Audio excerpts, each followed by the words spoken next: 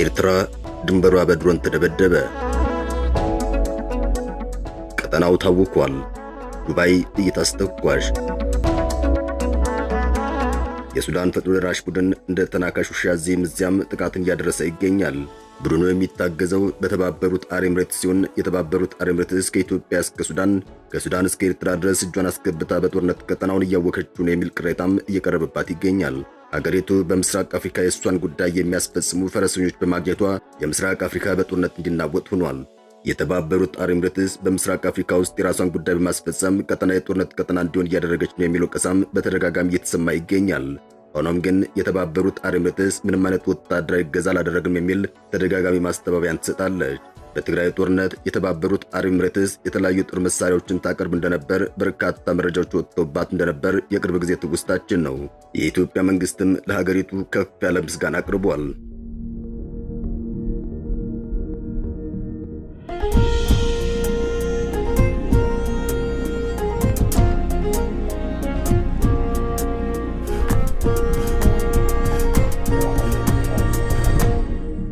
የኢትዮጵያ ሉዓላዊነት አደጋ ላይ በነበረበት ወቅት ከኢትዮጵያ ጎን ከቆሙት ጥቂት ሀገራት መካከል አንዷ የተባበሩት አረብ ኤሚሬትስ መሆኗን የገለጸ የኢትዮጵያ መንግስት ለዚህም የኢትዮጵያ ሕዝብና መንግስት ሁልጊዜም ከፍ ያለ ምስጋና አለው የሚል መግለጫን ለተባበሩት አረብ ኤሚሬትስ ማቅረቡ ይታወሳል።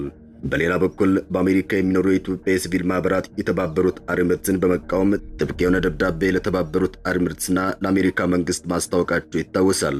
በኢትዮጵያ በሰላማዊ ሰዎች ላይ ያነጣጠረ ያሉትን የሰው አልባ አውሮፕላኖች ወይም ድሮኖች ጥቃት በእጅጉ አሳሰባቸው በሰሜን አሜሪካ የሚገኙ የኢትዮጵያ ሲቪክ ድርጅቶች ለተባበሩት አረብ ኤሚሬትስ መንግስት አቤቱታቸውን አስገብተዋል። በቅርብ ጊዜ በኢትዮጵያ በተለያዩ አካባቢዎች ባሉ ጦርነቶች የጦርነቱ ተሳታፊ ያልሆኑ ሰላማዊ ሰዎች በድሮን ጥቃት እየተገደሉ ስለመሆናቸው በተደጋጋሚ እየተዘገበ ይገኛል። የጋራ ፊርማቸውን በማኖር ለተባበሩት አረብ ኤሚሬትስ መንግስት ደብዳቤ ያስገቡት በሰሜን አሜሪካ የሚገኙ የሲቪክ ድርጅቶች ይኸው በሰው አልባ አውሮፕላኖች በንጹሃን ዜጎች ላይ የቀጠለው ጥቃት በጥልቀት አሳስቧቸዋል። ድርጅቶቹ በኢትዮጵያ በሚካሄዱ ግጭቶች የተባበሩት አረብ ኤሚሬትስ መንግስት የድሮን አቅርቦትን በአስቸኳይ እንዲያቆም ጠይቀዋል። ሆኖም ግን የአቡዳቢ መንግስት እስካሁን ድረስ ድጋፉን አላቋረጠም። አሁን ደግሞ ወደ ኢትዮጵያ ጎረቤት ሱዳን ፊቱን በማዞር በርካታ የጦር መሳሪያዎችን ለፈጥኖ ደራሽ ኃይሉ እያደረሰች ትገኛለች። አምነስቲ ኢንተርናሽናል አውዳሚ የሆኑ አዳዲስ የቻይና ቦምቦች የተመድ ጸጥታው ምክር ቤትን ማዕቀብ በተላለፈ ሁኔታ በሱዳን ጦርነት ጥቅም ላይ እንደዋሉ በምርመራ አረጋግጫለሁ ብሏል። በሱዳን ፈጥኖ ደራሽ ኃይል እጅ ውስጥ የገቡና ከሱዳን በፊት በየትኛውም ጦርነት ላይ ጥቅም ላይ አልዋሉም የተባለላቸው ቻይና ሰራሽ ቦምቦች ቻይና ለተባበሩት አረብ ኤሚሬቶች የሸጠቻቸው እንደሆኑም አምነስቲ አስታውቋል። የተመድ የጸጥታው ምክር ቤት በዳርፉር ላይ ጣለውን የጦር መሳሪያ ማዕቀብ በመላው ሱዳን ላይ እንዲተገበር የጠየቀው አምነስቲ ኤሚሬቶች ለፈጥኖ ደራሽ ኃይሉ ጦር መሳሪያ መላክን በአስቸኳይ እስክታቆም ድረስ ማንም ሀገር የጦር መሳሪያ እንዳይሸጥ ጠይቋል። ቻይናም የጦር መሳሪያዎቿ በሱዳን ጦርነት ጥቅም ላይ እንዳይውሉ የሚያስችሉ አፋጣኝ እርምጃዎች እንድትወስድ ድርጅቱ ጥሪ አቅርቧል። በሌላ በኩል በሱዳን ፈጥኖ ደራሽ ቡድን በኩል በድሮን የተደበደበችው ኤርትራ የደህንነት ቡድኗ ከወራቶች በፊት ስለተባበሩት አረብ ኤሚሬትስ ያወጣው መረጃ ብዙዎችን ያነጋገረ ጉዳይ ነበር። የኤርትራ የደህንነት ሰዎች የዱባይ መንግስት ምን አይነት የጦር መሳሪያ እያዘዋወረ እንዳለ ያወጣው መረጃም እንዲህ ይደመጣል። በቋሚ የጦር መሳሪያ ግዥ ላይ የሚገኘው ቢጄፒ ከቅርብ ወራት ወዲህ በተባበሩት አረብ ኤሚሬትስ በኩል የኤሌክትሮኒክስ ጦርነት ነክ የጦር መሳሪያዎችን እያሸጋገረ ይገኛል። ከቱርክ ከፖላንድና ከሩሲያ የገዟቸው የጦር መሳሪያዎችም በሀገሪቱ መረዳቸውን ምንጮች ገልጸውልኛል ይላል። መሬት ላይ ያሉ የጦር መሳሪያዎች ዝርዝር የሚከተሉት ናቸው። አንደኛ፣ ራሱ ካፎር ትዕዛዝ ሞጁል። መሳሪያዎቹ መሬት ላይ የተመሰረተ ኤሌክትሮኒክስ ጦርነት ወይም ኤሌክትሮኒክስ ዋር ይባላሉ። ዋና ዓላማቸውም ግንኙነቶችን መጥለፍና ሰው አልባ አውሮፕላኖችን ለመምታት ነው። እነዚህም ከ250 ኪሎ ሜትር በላይ የአየር ክልል ይሸፍናሉ። ሁለተኛው መልመጃ ኤስ1 ወይም ኤስ22 ይባላል። የመካከለኛ ክልል ወለል እስከ አየር ወይም ጸረ አውሮፕላን መድፍ ስርዓት ሲሆን የኢትዮጵያ መንግስትም እነዚህን መሳሪያዎች ታጥቆ ቆይቷል። ፓንሲር ኤስ1 ወይም ኤስ22 ክፍሎችን ታጥቃለች። ሶስተኛው አር330 ZH ዜቴል ሲሆን የኤሌክትሮኒክስ ጦርነትን የሚያጨናንቅ የመገናኛ ጣቢያ ነው። ዋነኛ አጠቃቀሙ በመረጃና በጸረ ስለላ ወይም በማሰስ ውስጥ ሲሆን ኢማርሴት ኢራዲየም ሳተላይት ኮንሰንትሌሽን ጂኤስኤም ፍሪኩዌንሲ ባንድስ ወይም ሞባይል ስልኮች ኔቫስታር ሳተላይቶችን ያቋርጣሉ። አራተኛው PHL 03300 ሚሜ ኤምአርኤልኤስ A200 በጄፒጂ የተገዛው አራተኛው ትልቁ የጦር መሳሪያ ሲሆን በቻይና የተሰራ ነው። ይኸው መሳሪያም ጋይድድ ሮኬት አርቲለሪ ወይም ጂአርኤስ ሲስተሞችና ኤም20 አጭር ክልል ባለስቲክ ሚሳይሎች ማለትም ኤስአርቢኤምኤስ ናቸው። መሳሪያው ከ150 ኪሎ ሜትር ወይም 93 ማይልስ እስከ 300 ኪሎ ሜትር አሊያም 186 ማይል የሚረዝም ሲሆን እስከ 400 ኪሎ ግራም ክብደት ያለ የጦር ጭንቅላት እንደሚይዝም ተነግሯል። በቻይና የተሰራው PHL 181 SH 15 ሌላው በቢጂፒ በጅምላ ሲገዛ የነበረ የጦር መሳሪያ ነው ተብሏል። የተባበሩት አረብ ኤሚሬቶች የጦር መሳሪያ ወደ ኢትዮጵያ ለማጓጓዝ ከ100 በላይ በረራዎችን ወደ ሐራር አየር ማረፊያ ማድረጓን ምንጮች ገልጸውልኛል ሲል ወቀሳና ክሱን በኢትዮጵያ ላይ የኤርትራ ደህንነት ቡድን አቅርቦ ነበር። ሆኖም ግን የወቀሳና ክስ በሶስተኛ ወገን አልተረጋገጠም። አሁን ደግሞ በተባበሩት አረብ ኤሚሬትስ የሚታገዘ የዳጋሎ ቡድን በኤርትራ ድንበር የድሮን ጥቃት ማድረሱ እየተሰማ ይገኛል። በኤርትራ በቅርብ ርቀት ላይ በምትገኘው ከሰላ ከተማ የሱዳን ፈጥኖ ደራሽ ኃይል በርካታ የድሮን ጥቃቶች ማድረሱን ዓለም አቀፍ መገናኛ ብዙሃን እየዘገቡት ይገኛል። የሱዳን ፈጥኖ ደራሽ ኃይል ወደ ኤርትራ ድንበር የድሮን ጥቃት ሲያደርስ ይህ ለሁለተኛ ጊዜው ነው። በእርግጥ እስካሁን ድረስ በጉዳዩ ዙሪያ የኤርትራ መንግስት ያለው ነገር የለም።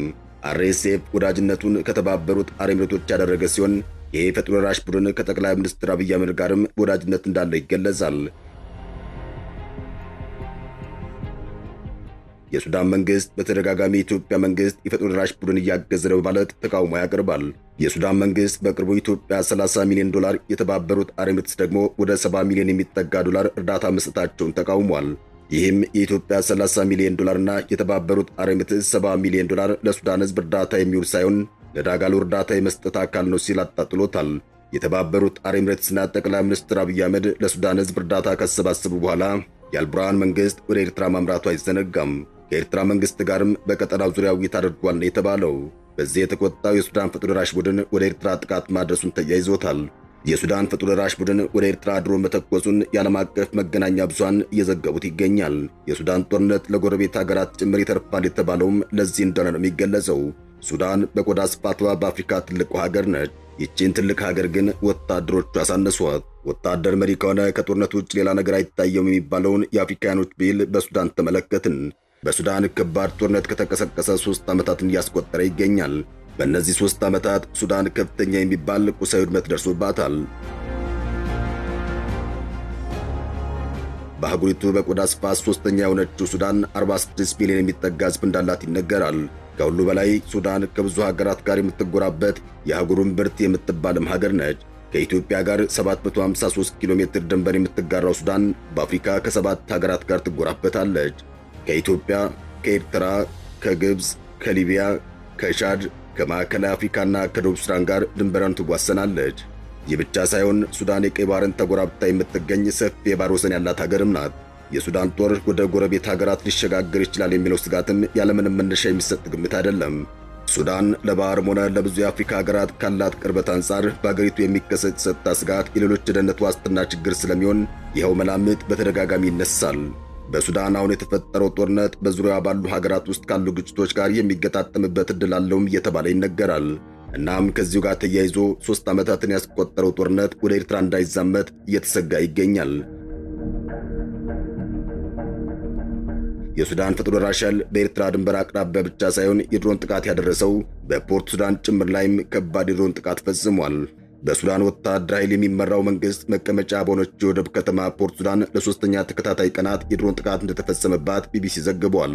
በሱዳን የእርስ በርስ ጦርነቱ ከተቀሰቀሰ በኋላ የፈጥኖ ደራሽ ኃይሉ አይሎ አብዛኛውን ካርቱም ሲቆጣጠር በጀነራል አብዱልፈታህ አልቡርሃን የሚመራው ቡድን መቀመጫውን ወደ ፖርት ሱዳን ማዞር አይዘነጋም።